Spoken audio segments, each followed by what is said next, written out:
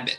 It's part of my lifestyle. It's part of who I am. Consistency is the key point to any type of success from what I achieved in the past, right? Whether that's through my fitness, whether that's through my relationship, whether it's through my businesses and all around aspect of things, right? Hey, this is Kane and Alessia from Industry Rockstar. And welcome to the Industry Rockstar Show. This is a podcast devoted to driven entrepreneurs and business owners who want to go from scratch to impacting the world massively and become what we call business rockstars. At Industry Rockstar, we have helped millions of conscious and evolving business owners in over 80 countries globally go from business novice to business rockstar. We bring you the secrets of the highest achievers, the most innovative thinkers, and the tested systems that's going to grow your heart, your mind, your business, and of course your bank account. Let's rock. Hey, it's Kane Minkus. Welcome to the Industry Rockstar Podcast. It is my honor and my pleasure to be here with an extraordinary man named Fritz Colcol. And his story is amazing. You're going to love it. His accomplishments are amazing. You're going to love it. We're going to have a really interesting conversation about building a powerful, successful life and businesses, because that's the kind of guys we are. And let me just give you a few bullet points so you know why Fritz is such an extraordinary achiever. So first of all, he's a serial entrepreneur. And well, actually, let me give you his age, because that I think sets the context for all the impressiveness. He is 30 years old. Okay. And so he's a serial entrepreneur. He's exited and owned 12 different businesses before this age of 30.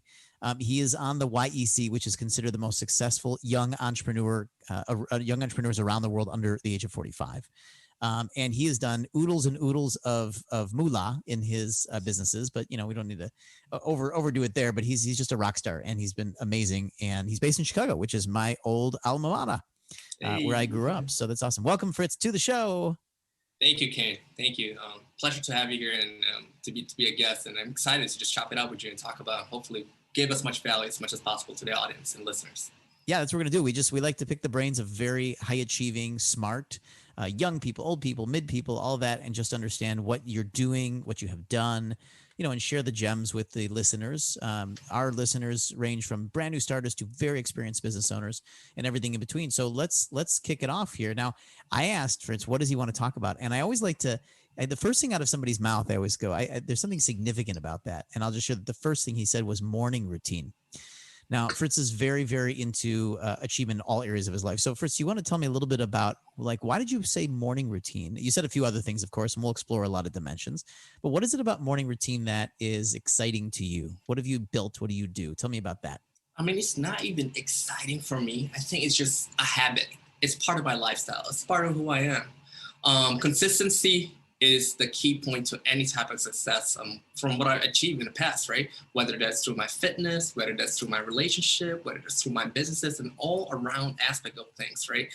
So I have this daily routine that I've been following, literally for the past decade of my life, whether that's waking up in the morning, right? Having the success list that I have to go over. And I call it time block. I call it success list. People call it the daily task whatsoever. For me, just a shift of that word of daily and changing that to success list. For every check mark that I do, I feel a little bit successful, right? It could be as simple as breakfast. It could be as simple as working out. It could be as simple as reading 15 minutes in a book that I like. The one I'm reading right now is The One Thing by Gary Keller. Great book, by the way. And so forth, right? In a day-to-day, I have this consistent list of success lists that I have to go over, whether that's through my meetings, whether that's through podcasts, whether that's me spending time through social media, to Clubhouse, to Instagram, to Facebook, and going over the time with my clients and whatnot, right? So everything needs to revolve a strict, consistent schedule every single day. So a lot of people are like, okay, first, how do you handle all of these businesses all together? Great partnerships, first of all. Having a consistency routine, as I said, and it needs to work around your schedule. So for me, in a day-to-day basis, I need to cover all my necessity first. The priority is yourself and your health every single time.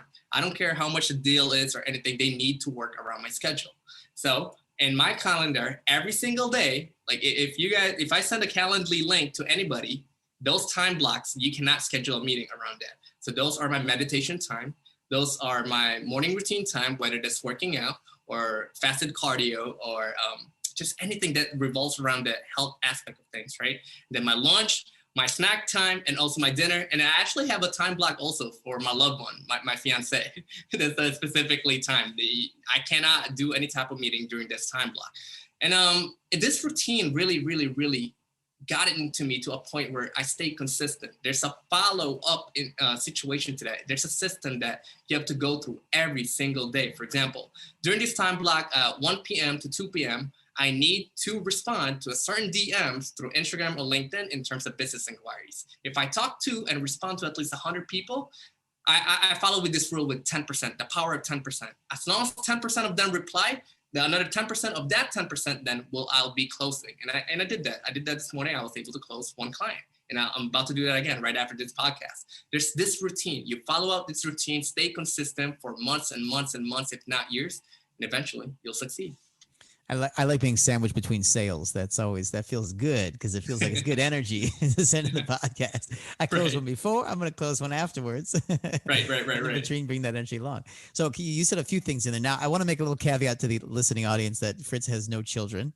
We had a little conversation beforehand. Not yet. But I'm planning to. That's why I asked you for tips. That's right. And I've got a date in the calendar for 5 years from now to re-interview Fritz when he tells me his morning routine is going to be. It's probably going to change a little bit. Changing diapers. Feeding the kids. That's right? Going to be on my calendar for sure. Trying to work off the excess love handles from eating all their extra food. Okay, so Fritz, so let's talk about high performance. That's definitely a big thing. And actually, now would be a great, you said something about who you are. It's who you are. Tell us a little about who you are. Tell us a little bit of the story. You share a little bit about your background. You have a really amazing story. And then we'll come back into this high performance thing because you really came from a very different background, different family, which is part of what makes these stories so extraordinary is what people must do to make major pivots in their lives and turn themselves into the person they want to be, not necessarily in the person they were born into, right? Or the person they were seen from their families or their culture originally. So tell us a bit about your background and your journey. Sure thing. So I was born and raised in the Philippines, a third world country, in Manila, Caloocan City. I've always been this very, very high ambitious kid. Like, you know how you have like a group of friends and I'm very competitive. You want to be the leader, whether that's physically, you get into fights or you play some games. We have this, it's called the spinning top. We call it trumpo in the Philippines. And then I'm really good at that. And then we have this marbles too. It's called Jolens. I'm really great at that too. And one last thing, my favorite, it's called Tex. So like the Yu-Gi-Oh cards that you guys have here in the United States, but it's in a smaller version. It's like a square like this. And then you flip it. And then if two of the characters are face down and the other character is face up, you win. I'm really, really great at that. And I started hustling with that. What I do is this now. Every morning, I have fun with my friends. We play. You buy those tickets in a store. They're called sari-sari store. That's the term in the Philippines. Sari-sari means mix. It's a different kind of thing. So you can buy all kinds of stuff. But anyways, one of the things that they sell are those things, right? And it costs a lot for them, like the price value. And then my mindset is this, if I beat all the people within my community, within my street, within my neighborhood, now, instead of them going to the store, they'll buy it through me because it's going to be cheaper from me. It's used, but at the same time, it's cheaper. They're going to save like over 50, 75%, right? Instead of buying it directly from the store. So this entrepreneurial mindset already started within me. I mean, seeing my parents struggle and grinding day in, day out. My dad was a tricycle driver. It's basically a motorcycle with a sidecar that you installed. And it's an old school way for transportation in the Philippines. It's called tricycle. Is it sort of like a taxi kind of thing where he was transporting people back and forth to places? But remember, it's open. It's not closed doors. It's a tricycle. They're literally riding behind my dad's back like this, or they could be sitting like sideways so they can fit two more people. And then the sidecar is wide open. Also, there's no doors. You just jump in. So is it similar open a bit to Thailand? So I've been to Philippines many times, but in Thailand I've seen those a lot where there's kind of like an open. Tika, what did they call it? Yeah, I don't remember. I forgot the term. Tuk-tuk, there you go. I think that's it. Yeah, but it's very similar to that. And then my mom has this entrepreneurial mindset. I mean, she was a full-time mom, but at the same time, she created a store, the Sari store, right next to our house. Like literally a little thing. Like we sell all kinds of stuff, from liquor, from cigarettes, from ice cubes. Like, like they put it in a plastic and then you just put it in the freezer. It's like ice, like, right? And then we sell that for 1 peso. that's like, I don't even know, like 1 cent here or something. But that initiated my mindset of like, wow, you can create something like literally from the ground up and really build it up from there, right? Now I was able to see all this hard work that my parents have to go through and everything all together. But yeah, I've been a hustler since I was a little kid. Then when I moved in here in United States, when I was 11 or 12, everything just started, man. My eyes like opened up. It's like, holy smokes, the land of opportunity. This is the American dream, right? My main goal was this. I need to live this American dream so I can inspire all these upcoming immigrants also. And not just the immigrants, also the people that revolves around me, whether that's my loved ones, my friends and family.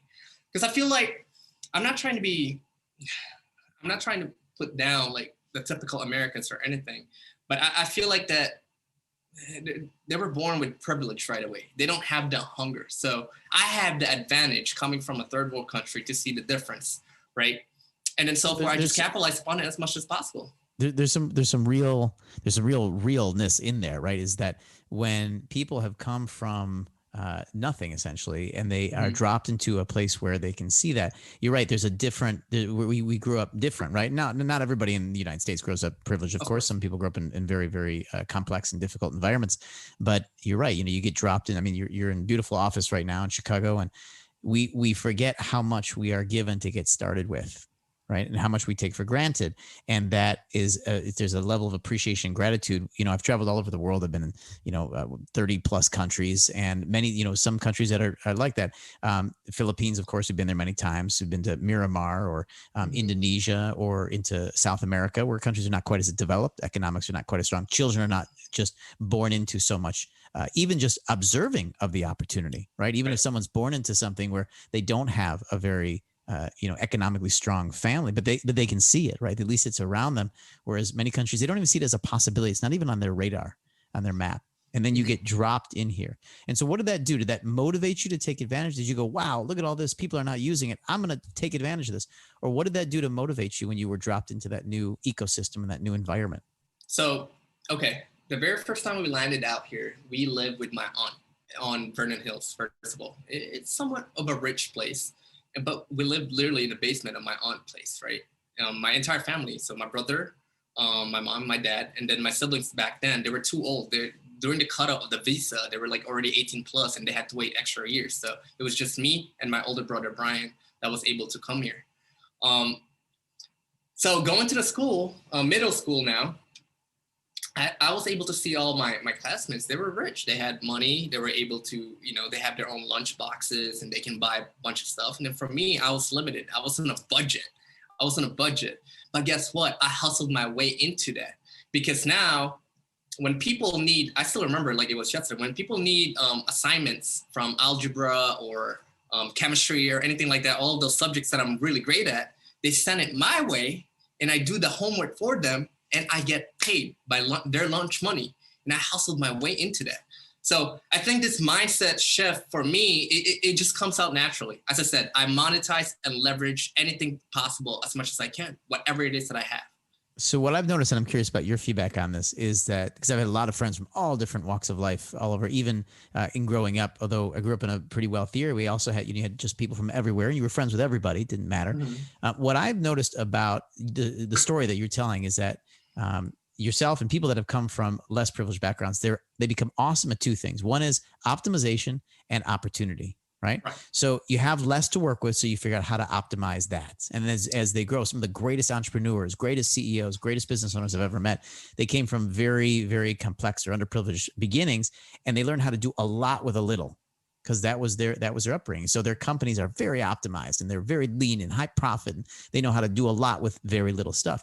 And the other one is they're quick to see opportunity, because they need to look and see, how can I make this better? What's all the opportunity? And because of that, let's say not comfort or discomfort, there's a motivation to look for every opportunity. So they became better at looking at opportunities, better at optimizing. And of course, in the long run, although they started in a different place, maybe than someone more comfortable, they ended up in a very optimized, very opportunistic life and situation. Would you say that resonates for how you evolved as well? That's exactly it. Like literally every single opportunity. I mean, as we speak right now, guess what? Where did we met?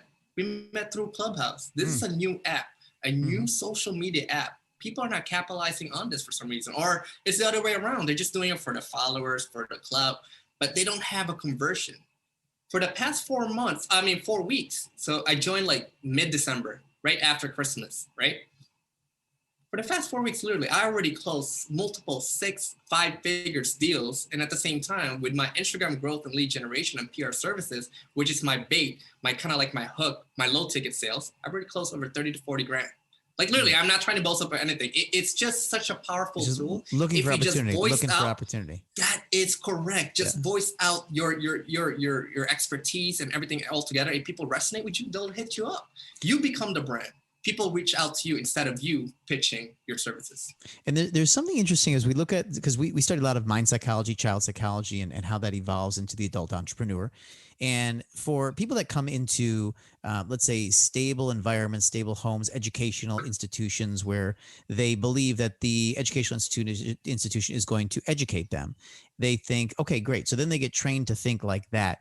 And those that don't come from that same background, they don't have the same things. When they have that energy to hustle, because you did say at the beginning, you don't know why, but you've always been energized to hustle, right? It's just a soul thing, right? You were born into this world to hustle. And so you didn't have that sense of somebody's going to do it for me. Someone's going to take care of me. Someone's going to teach me. You're like, I'm going to have to make it myself. I'm going to have to get that done. I have to create that opportunity myself to get it done. Right. So there's this, because you got nobody to lean on. Everything just depends on you. That's right. Right. And we're all high achievers. We're all very, very ambitious. We want it all.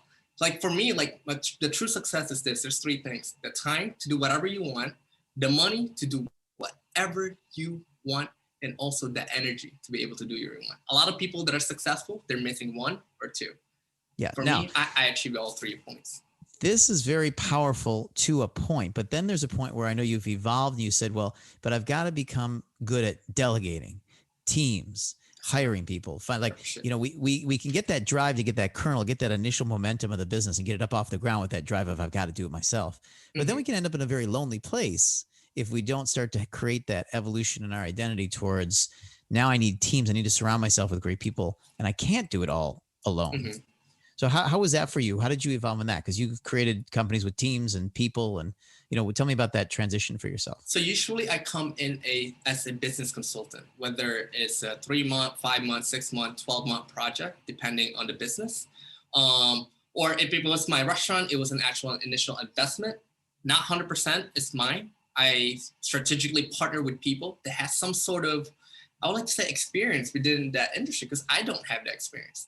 But I love to challenge myself. I love when my colleagues are like, don't get into the restaurant business. Don't get into the restaurant business. The profit margin is very little. It's going to be very hard. And guess what? They were freaking right, Kane. They were freaking right. This is the hardest industry I've ever gotten into. It's so stressful. And the turnover is just so much. Like literally every single month, I feel like I'm rehiring all over again every single time. And I've run that since 2016 from my very, very first restaurant industry that I got into, which is Talia Spice. And eventually I evolved, because now with all those failures that you go through, I feel like, oh man, I can do this now. Let me jump into the next one. I was able to achieve 3 different restaurants. And now I'm getting into this biggest, and I'm so excited just talking about this. We have this new concept. Right? It's going to be for Filipinos. Remember, those 3 restaurants I bought and invested and partnered up with. So it's not initially mine, but the face behind the brand is mine. It's me, right? But they're already established. So Talia Spice has been established for maybe the past 12 years, and I bought it in 2016. So there's already a name in there. There's a brand. So it was just like a little tweak. I tweaked the social media, I tweaked the foot traffic, to bring out the branding aspect of things, everything all together. Same thing with Simply Talia. I created a viral food cuisine called the Sushi Donut. Check please. Everybody wanted it. Chicago, Time Out Chicago was out there. NBC News was out there to interview me. What was the biggest platform? It went food viral. Just Google it, Sushi Donut, and then my restaurant will show up, Simply Talia. Food viral. I've never heard that term before. It's great. Or something like that. Viral food. It's like a page in Facebook, and it has like millions of views. Cool. Because it's crazy, right? Sushi donut, and they think it's like a donut and then a sushi. It tastes nasty, right? No, it's just literally a sushi, but in the shape of a donut, and it has different type of flavors.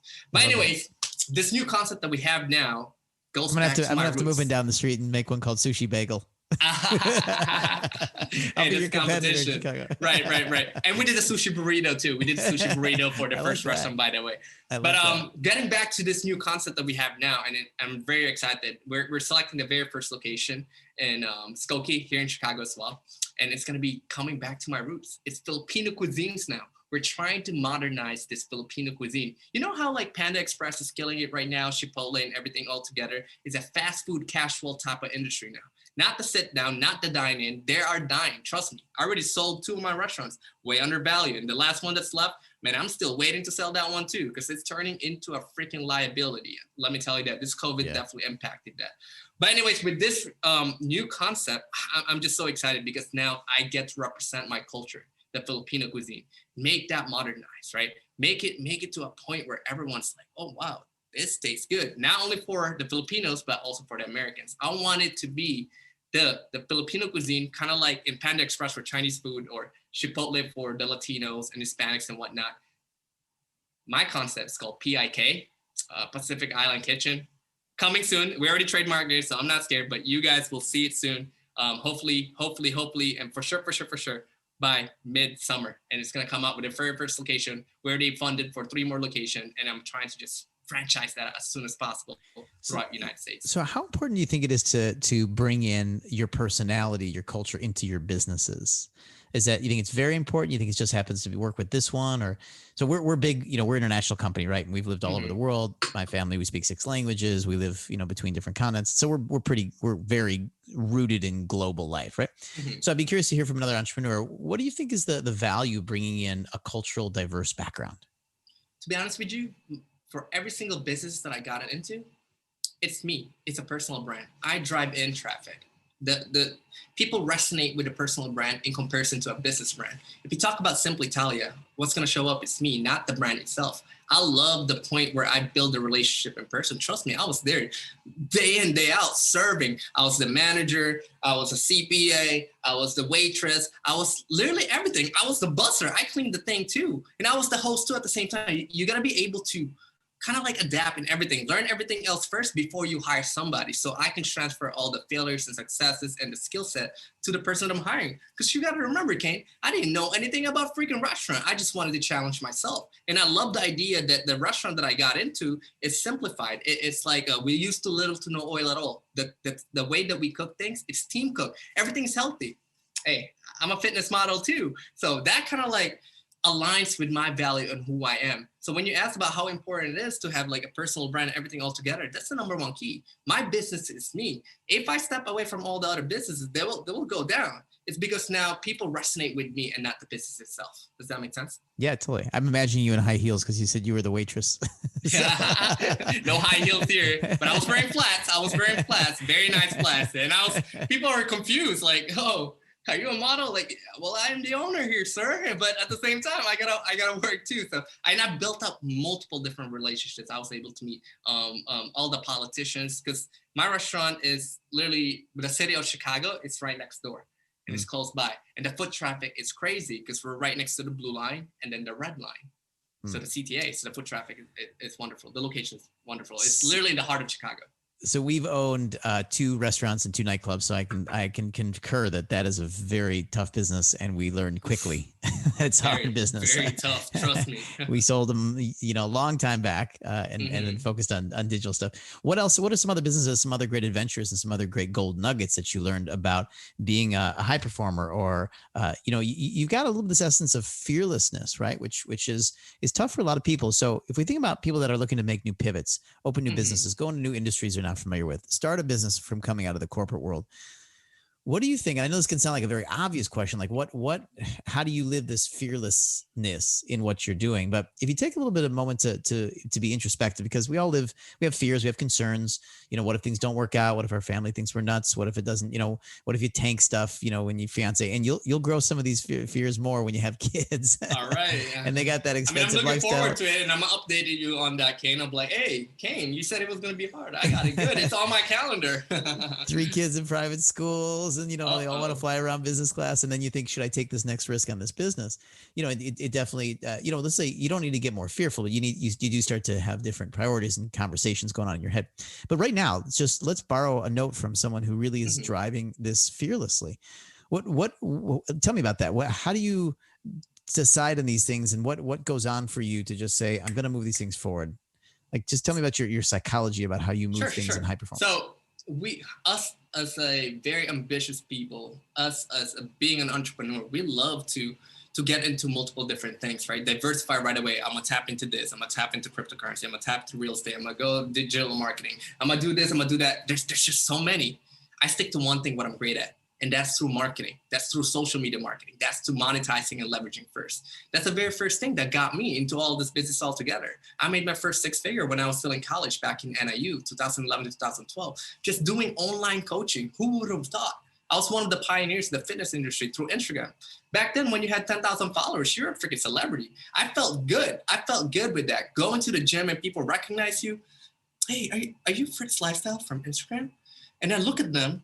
They're like twice the size of me, man. Like, I was like, oh my God, you're inspired by me. I'm inspired by you. Thank you, right? I was able to monetize that. I realized the power of social media. It's called the social currency now. You go with the likes, you go with the followers, every single thing, there's metrics behind it. Now it's up to you to find a solution to a problem in order to convert that. So I did the online coaching. That's what I was able to do. But eventually I transformed myself to this Fritz lifestyle. Back then my username is Fritz Fitness. But I transformed that to Fritz Lifestyles because why? Every time I post my beautiful fiance or my girlfriend during that time, I get a lot of unfollows from women, and no offense to the gay community, they were unfollowing me too. So I was like, wait, what? What is going on? So back then I was faking it. I only posted my selfies, my transformation, my food, but I want to share my entire lifestyle. I want to share my family. I want to share the other business ventures I'm doing because I don't want to be just known for fitness. Come on now. I'm more than that. I'm a Renaissance man. I own every single thing. Let's sit down. Let's talk about something. I know some sort of knowledge behind it, right? So that's what I want to do. And then I was like, you know what? Forget the followers. I don't care anymore. I will just post whatever I want. So if you guys just check out my profile, I post everything and anything I want. So it doesn't matter anymore because when people resonate with you, regardless, they will follow you and they will support you. Those are the ones that matters, not the ones that are very selective. So when it comes to high risk takers and fearlessness and all together, trust me, I am fearless. But at the same time, I have a strategic planning behind it. As long as I stick to what I'm good at, when I partner up with multiple different businesses, I want to make sure that's the value that I can provide. And then if I can provide more, then we can slowly expand from there. I think that's going to be the name of this podcast, Renaissance Man. Hey, I like that. I haven't been called that yet. I mean, I've been called a couple of times, my clients and stuff like that, but I don't think I've been PR wise. Not that's yet. The brand. Oh, that's the next. That's the next campaign. The Renaissance. Hey. maybe the Filipino Renaissance Man. I love it. Ooh, I love that. That's branding. Awesome. So if we could leave the audience with one piece of advice around success strategies, you cover a broad range. And I think what's particularly impressive, I interview a lot of successful people, smart people, and that's great. But what stands out about you, especially and very straightforwardly, is your age. So for people that want to increase their success, the speed of it, what would you give as one piece of advice that says, here's how I would suggest you increase the impact that you're making with your businesses or your life? Because you're a lot like me. Where when I was, you remind me a lot of me. You remind me a lot of me when I was. I guess it's a good thing, Kane. You must be doing great back then. Definitely had better muscles at that time. Hey, meaning I had better muscles than I do now. Meaning I had your muscles back then. Not better muscles than you. Sorry. Okay, I'm about to say. Hey, let me see those pictures, no. Kane. Come you got on great now. muscles. I mean, I had better muscles back then. From now, I'm 42. Right. I had them more like you. But anyways, okay. But you remind me a lot of me. So I was very, very much about driven. I was in a lot of different industries. By the time I was 29, I had 30 plus companies I had launched and sold and exited or was running. And so people always ask me this, but I want to actually hear from you is what can you give people advice on how they can speed up the results? I think that's everybody's biggest frustration is it's not going fast enough. How can I move it faster? And I'd just love to hear your thoughts on that. Yeah, again, it all comes back to what? My daily habit. It's the consistency. Separate, you got two things. You got long-term goal, you got short-term goals. You can separate that and then narrow that even more. Which one costs more? right? I had to cancel a couple of my meetings because of this. I love this because now I can repurpose this content. I provide value to you. You provide value to me. It's a crossover. You're bringing some of your audience to me and I'm bringing some of the audience to you, right? Have this success list every single night, every single morning. I promise you, as long as you follow it up immensely, religiously, you will get there as fast as possible. But then again, it's up to you. You got to be super, super, super ambitious like us. It's all about the mindset shift. If you think that you can do it, you can do it. You just got to have a plan behind it. You can't just say, oh, okay, I want to make 8 figures by the end of 2025. Okay, what is your plan, right? It's great to dream big, but if you do not have a strategic planning behind it, you're not going to get anywhere. So stay consistent, write down your goals, and that's having that success list. It's very, very important to me. Awesome. I love it. Thank you, Fritz. I appreciate your time. It's good advice and good perspective. And I look forward to doing more with you. Why don't you tell, so how can people connect with you? You know, what are you up to where listeners might be able to glean more? Do you teach? Do you mentor? Do you advise? Do you coach? Would you invest in businesses? Tell them, you know, kind of how they can interact with you and how they would find you. I'm very active on multiple social media platforms, especially on Instagram. I literally just share everything from the moment I wake up, from the food that I eat, from the workout that I do. I give as much value as much as possible. Remember, content is king.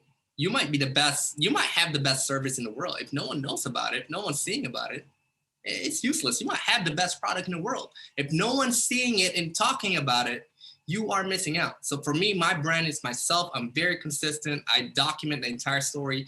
A lot of people over analyze stuff. Oh, I don't know what to post, this and that. Just post. Whether it's the failure, whether it's the journey or the success that you're going through. Connect with me on Instagram. You'll be able to find a lot of things out there, help out hundreds and hundreds of entrepreneurs become the authority within their niche through Instagram and PR. And I'm also a business consultant and a coach and a mentor as well, an investor and a world traveler. And I love, again, Renaissance man. That's what I consider myself as. Hey, we hope you enjoyed this Industry Rockstar podcast. Make sure you check out the next one and also find us on Facebook, YouTube, LinkedIn, and any of your favorite social media places. Oh, and please subscribe to our channel so you know when we release new episodes. And also, leave us some feedback to help us grow this awesome community. We look forward to sharing the next episode with you. And until then, rock on.